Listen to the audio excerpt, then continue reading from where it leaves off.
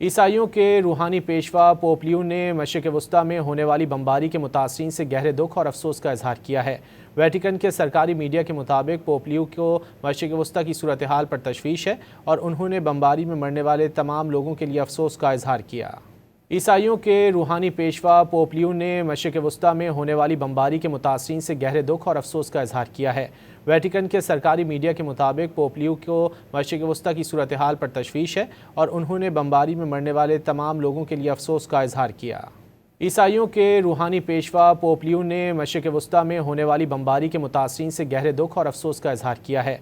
Vatican के सरकारी media के मुताबिक पोप लियो को मशरिक़ वस्ता की सूरत हाल पर तशवीश है और उन्होंने बमबारी में मरने वाले तमाम लोगों के लिए अफसोस का इजहार किया।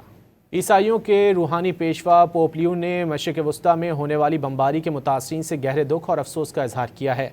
वेटिकन के सरकारी मीडिया के मुताबिक पोप लियो को मशरिक़ वस्ता की सूरत हाल पर तशवीश है और उन्होंने बमबारी में मरने वाले तमाम लोगों के लिए अफसोस का इजहार किया।